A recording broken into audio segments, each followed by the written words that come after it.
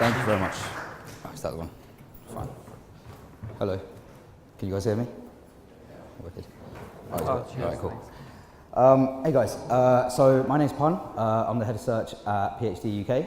And I'm Dan, head of SEO at PhD Media. So Adthena asked us a couple of weeks ago if we could talk to you guys about brand search and kind of what it means to us, you know, the challenges we're facing for our clients, and also how we're working together across PPC and SEO to kind of combat those challenges. So without further ado, quick, pressed the wrong one, my bad. So we're just going to talk to you a bit about what we're seeing in PPC and how brands are kind of facing challenges across PPC. A bit more about SEO and how Dan and his team are kind of facing challenges on maximizing brand coverage. And then finally, how we're actually working together to combat that. So why is brand search difficult to control in PPC? Now, put your hands up if you work in paid search. Okay, so I can't bullshit this one. All right, so as you guys know, there's a little tournament at the moment going on called the World Cup, so I tried to put as much football into this as possible. Dan was telling me don't, because it's got nothing to do with paid search, but I did find one analogy. Whenever I think of paid search, and especially brand, I kind of feel like the brand space is like our home games. So when you're at home most of the time, you're expected to win. And on brand search, you're expected to get most of the traffic, right? However, what we're seeing increasingly, this is a quick graph from 1992 to last season on the Premier League, and it shows that there's actually a 20% increase in away game wins over that period. Now this is quite similar to what we're actually seeing in the search space. So on brand search, we're now starting to see more and more competitors entering the market on our brand space. You know, back in the day, it was there, but you could just get them kicked off by Google or Bing. Nowadays, it's a lot more difficult with all the different policy changes. What this actually means is that they're not only cannibalizing our traffic, but they're also pushing up our CPCs and also pushing up our CPAs. So, brands are always looking for different ways to gain more traffic. So, hence the traffic. That's the only reason the picture's there. There's no other reason. As a brand, you're always looking for different ways to get people to your website, get them to convert more. And back in the day, it would have been just intent-based keywords on generics and your own brand. Now you can cannibalize other people's brand and get those incremental gains. The problem that faces for us is then competitors coming into our brand space, pushing our ads down or increasing the CPCs on our ads. And it's not just direct competitors either. You've got resellers, you've got aggregators, you know, in the automotive space, you've got dealers, and a lot of automotive brands are having issues with trying to control how their dealers are bidding when dealers don't have as much experience. So what we're seeing now is that traffic is being lost from our brand terms onto our main websites, and it's going away. And this is even more, back to football. This is even more important on mobile. So as you guys know, on mobile, there's a lot less space on the SERP. Usually with the size of the ads nowadays, above the fold takes up most of the space, and not many people are going to scroll down all the way to the bottom. Also on mobile is when people are actually looking for stuff in the moment and they've got less attention span, and so it's even more important that we actually pick up this traffic as and when people are right there. Because if we don't pick it up then, chances are whatever they do click on, they're going to then stick with that. This is especially the case with retailers or automotive guys who've got local offerings and people looking for local specific information. And it's also shown that on mobile, it's actually the lower your ad position is, the higher impact it has on your click-through rate. So over here, this is a quick graph that I got off WordStream. This is just across paid search generally on mobile, but it shows that on tablet and on desktop, the actual CTR decrease as your ad position goes down isn't as significant as it is on mobile, which again just goes to show that on mobile we need to make sure that our ad positions are up there at the top. And then, you know, once you've got all this data and you know about your brand space, it's about analysing the data and actually finding out how valuable is your brand to you and your brand space. Now, I remember about 7-8 years ago, you could just log into Google Analytics. You could just look at, right, how much, what's the value per click of your organic brand? What's the value per click of your paid search brand? As long as the value was was more than your cost per click, then it made it viable to actually bid on your brand. So yeah, it was a pretty simple analysis. Nowadays, now that Google, well, 7 years ago, Google took away the ability to see organic keyword data in analytics, it's become a bit harder. And what we're seeing now is that, again, football, what we're seeing now, it's a lot more difficult to access this data, and so people are having to think of different tests that they can come up with. Now, there's quite a few tests. I'm sure all of you have tried different brand tests to see what is the actual value of a brand. One, most of the time you'll just do a turn it off, turn it on, turn it off, turn it on. The actual test isn't the point, it's about the data that you use to actually signify the validity of the actual test. Now you're probably wondering why I've got a picture of dogs up here. Now this is actually something from one of my favourite websites called Maths is Fun. So this is, it basically explains standard deviation. I'm not going to explain standard deviation to you guys, but I like to use it in terms of getting the validity of the data at the beginning to then measure the success of the test. The reason for this is that it gives a much greater data set to work with, and then once you've actually got the data in, you can use a range to then say, I actually want to, I can look at the changes we've seen. If we then turn brand off, I can then see if it fits within this range, fine, you know what, we don't need to work on brand PPC. If it is outside of the range, then we can actually say, PPC needs to be turned on because it's having a significant impact on our business. Which seamlessly goes into SEO. Cool. So yeah, just to follow on from what Pum was saying, for SEO we see similar types of issues. It's not as straightforward as it seems to maximize brand coverage. So it's easy to think that for organic we've already dominated brand, because actually in SEO it's quite easy to get a website ranking #1 for a brand term, but actually there's very basic questions that I think sometimes are overlooked when it comes to brands. So for example, with paid search, it's a different model. It's an auction model. You pay money, you get results. With SEO, it's very much you're at the discretion of what Google decides to show for within their search results. So yeah, thinking about what page ranks for our brand terms, what information is actually being displayed for our brand terms, is a lot harder to control with SEO. And sometimes we just let it happen. We've got a #1 ranking and we think that's enough. But actually there's a lot more to it. There's not just one ranking within organic results, there's 10 different positions. So can we think about what other pages we could use to target those positions? So yeah, I think there's a lot more. So it's quite easy to get that initial visibility, but it's quite difficult to master. Again, like Mario, it's quite hard to get a high score. So yeah.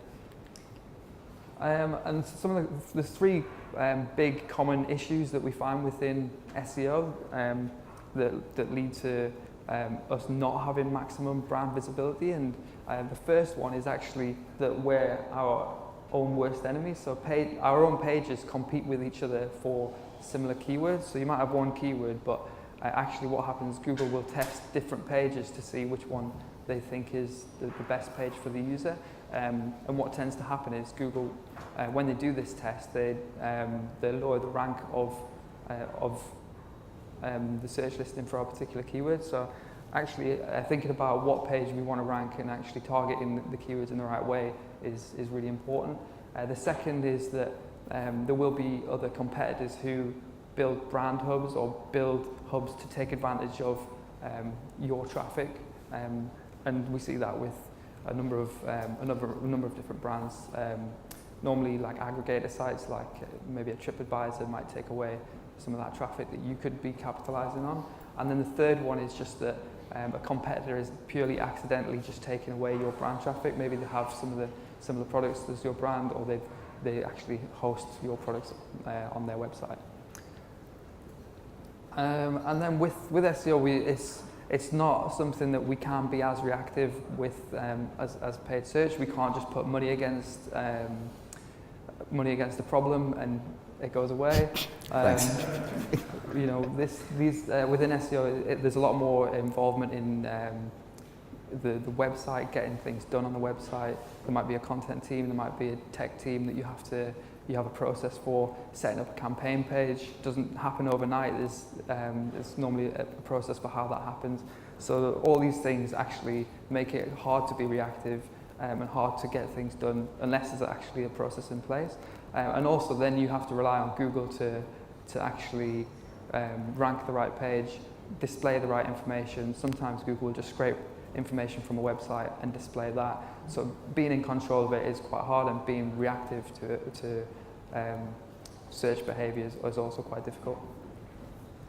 And then finally, we see the same trend that Pun just mentioned in organic. Actually, mobile click-through rates have declined over the last 2 years. So you can see from May 2 years ago to this May, there's been about a 5% decrease across the top 10 results. So thinking about how we actually rank on each of the different results, if we want to rank for each of the different results with our brand term, is increasingly important. Cool. So we've taken you through a few of the issues that we're facing across both organic and on paid. But how can we actually work together to kind of negate these issues and drive the maximum performance for our clients? So we're just going to take you through a couple of ways that we've done this PhD.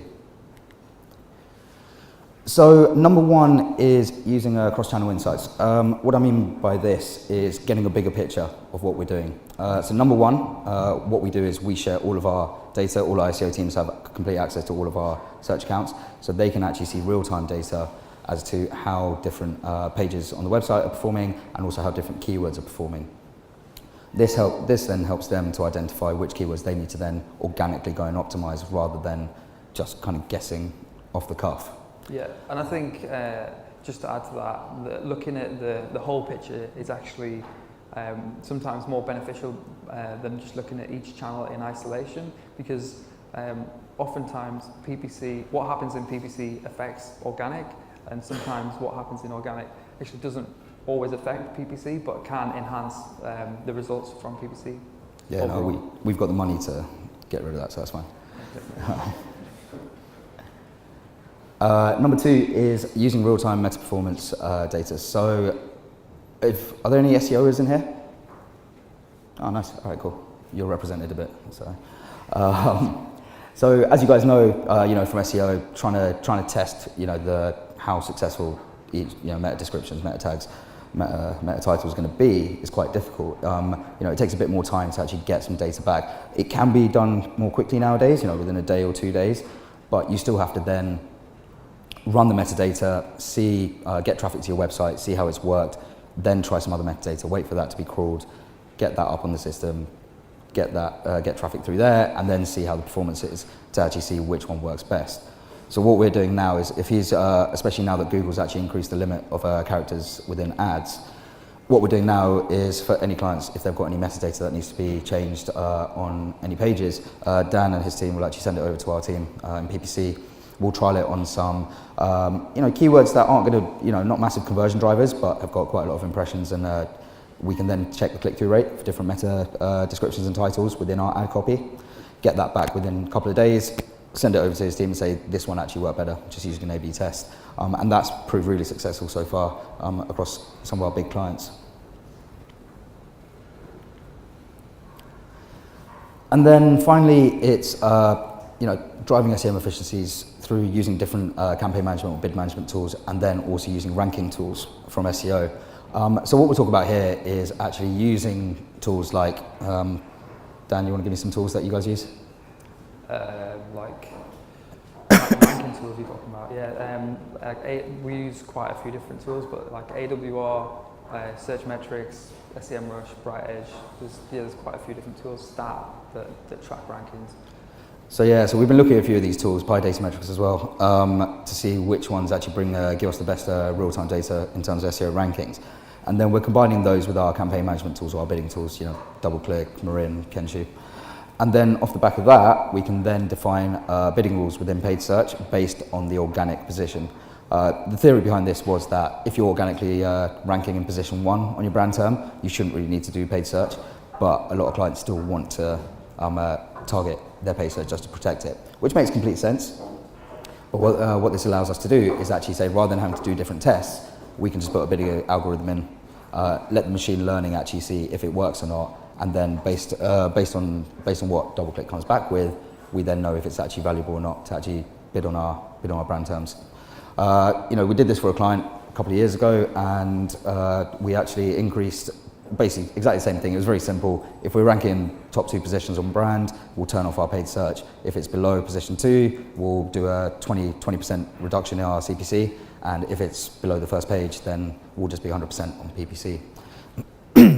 What we actually saw with this was that we had, over a 6-week period, an increase in ROI of 30% and an increase in conversion rate of 22%.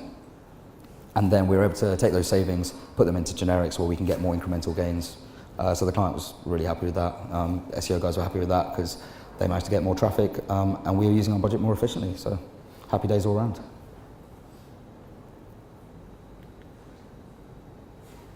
That's it. I guess just to end, just to summarise, so we talked about the different strategies between SEO and PPC, and we've found that actually working together is better, and yeah, that's it. Yeah,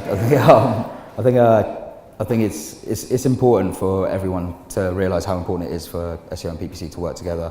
I think over the last few years it's kind of become PPC on this side because they're doing all the audience targeting and audience strategies, and SEO on this side because they're doing more content stuff. But actually, when you look at the foundation of search, it still all comes to keyword intent, and we're both using one platform, so we should be working as one team together to try the best performance for all of our clients. Yeah, I mean, we only have 15 minutes to do this. If you guys do want any more information, we do have our email addresses here. We have to actually, unfortunately, shoot off now. But if you do have any questions, we've got loads of information about this, so just drop us an email. We're more than happy to meet up and catch up. Thank you very much. Cheers.